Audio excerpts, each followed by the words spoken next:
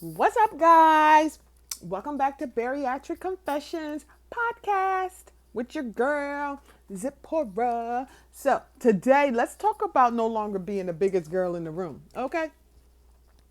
So, ever since I lost over 140 pounds, when I go into a room, just like I did when I was 300 something pounds, I notice the room. I notice the room. I take inventory of who is in the room. I don't do it all the time, but I do it often enough, okay? And I take inventory of who is in the room.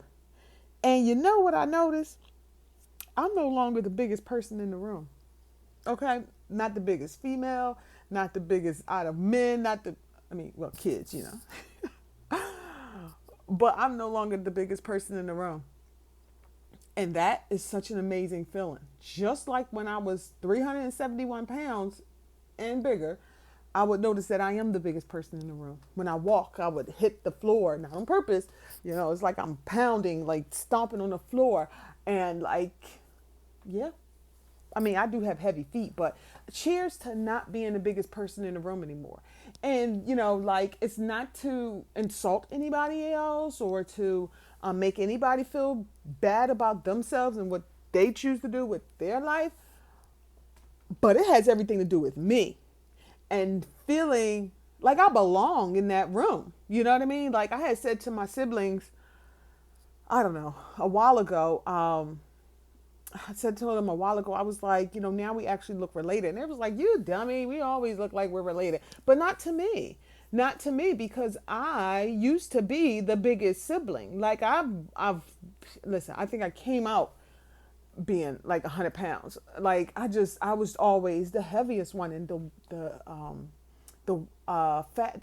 I gained weight really rapidly, like really, really quickly. Like unbelievably quickly. Like I don't even know why. I haven't figured that part out. So, like when I was little, I was bigger than my older sister. You don't see that much of a difference. As we're growing up. But I couldn't fit her clothes, and I'm younger than her. I'm only a year younger than her, but I'm still younger than her. And then as my younger siblings, so it's four girls. My parents had four girls. So my older sister, me, and then I have two younger sisters. And then as my younger sisters start growing up, I'm just like increasingly big. Like I'm just like, getting bigger and bigger. Not, paying attention to this, but now looking back at pictures. And I'm like, yo, like I was like, we would always take these pictures like when we're together, and we would line up in like size order, the girls, and like I'm the biggest one. You know what I mean? Like I got people sitting on my hips, I got people leaning on my butt, because my butt was like a shelf, like. And then when I was pregnant, it was just like I was always the biggest person in the room. When I used to work for this bank, I used to do back office work for a bank, and I had to have them order me a special chair because the regular office chairs. First of all, I was way overweight capacity, and then second of all, like when I sat down, my hips would like press up against the arms of the chair, and it would leave bruises on my hip, the sides of my hip. Y'all see that in the mirror? Like it would leave bruising over here, constantly, and that's just because I was a big person. But cheers to no longer being the biggest person in the room. And that's such an enjoyable like feeling. And it's such an enjoyable thing for me to see when I go into a room, because I didn't like that feeling. You know what I mean? That feeling of not belonging or whatever. And I know everybody don't have that struggle. Some people are really confident, which is really, really good. They don't care about their size. They always feel like when they walk in the room, they always feel like they belong. And I think that's a really, really dope mentality to have.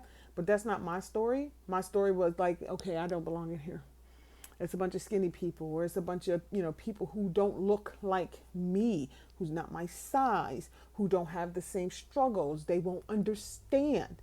That's how we relate to people, like by, common things. And one of the common things, the main common thing, is my weight. And if I can't talk to you, if you don't look like I look, then I feel like I can't talk to you. Like, because how would you know? How would you understand the things that come out my mouth? I don't know if you had a weight loss journey or whatever, but I just know that I don't fit in. But now, when I go into a store or wherever, I can shop the plus or the regular size. Listen, listen. Well deserved. Kudos to me and kudos to you if this is you too. Because let me tell you, it's all a journey. It's all a journey. And enjoy these little moments. Document it, whatever you do. Write it, blog it, vlog it, whatever you do.